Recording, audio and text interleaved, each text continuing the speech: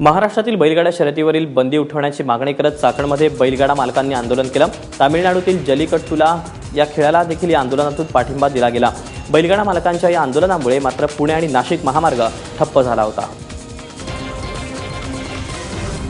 उद्या मध्य रेल्वेवर mega block असल्याने मनमाड येथून सुटणाऱ्या पंचवटी एक्सप्रेस आणि गोदावरी एक्सप्रेस रद्द करण्यात आल्यात। मध्य रेल्वेच्या मार्गावर शेलू ते कर्जत आणि कल्याण ते टिटवाळा दरम्यान मेगा ब्लॉक असल्याने लांब पल्ल्याच्या गाड्यांबरोबर लोकल सेवा रद्द करण्यात आली आहे। सकाळी 9:30 ते दुपारी 12 वाजेपर्यंत हा मेगा ब्लॉक असेल, तर हार्बर रेल्वे मार्गावर नेरूळ ते पनवेल दरम्यान सकाळी 11:20 ते दुपारी 4:20 पश्चिम रेल्वे मार्गावर भाईंदर ते वसई रोड स्थानकादरम्यान धीम्या मार्गावर सकाळी 11 ते दुपारी 2 वाजेपर्यंत मेगा ब्लॉक घेण्यात येणार आहे।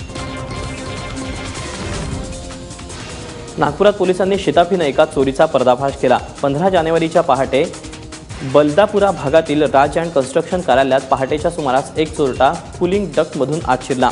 सीसीटीव्ही पासून वाचण्यासाठी त्यानं जमिनीवर रेंगाळत 3 लाखांची रोख रक्कम लुटली। मात्र बाहेर पडताना शरीरयष्टीने मजबूत असल्याने त्याची पंचायत झाल्याने अखेर अंगावरचं जॅकेट उतरवून त्याला बाहेर पडावं लागलं। मात्र इथेच चोराच्या दंडावरचं टॅटू सीसीटीव्हीत कैद झालं। याच टॅटूच्या माध्यमातून चोर पोलिसांच्या जाळ्यात सापडले। ऑफिस बॉयनं इतर दोघांच्या मदतीने ही चोरी केल्याचं उघड झालं। बातमी अपघाताची। नाशिक पुणे महामार्गावर अपघातात 3 जण ठार झालेत, तर 9 जण जखमी झालेत।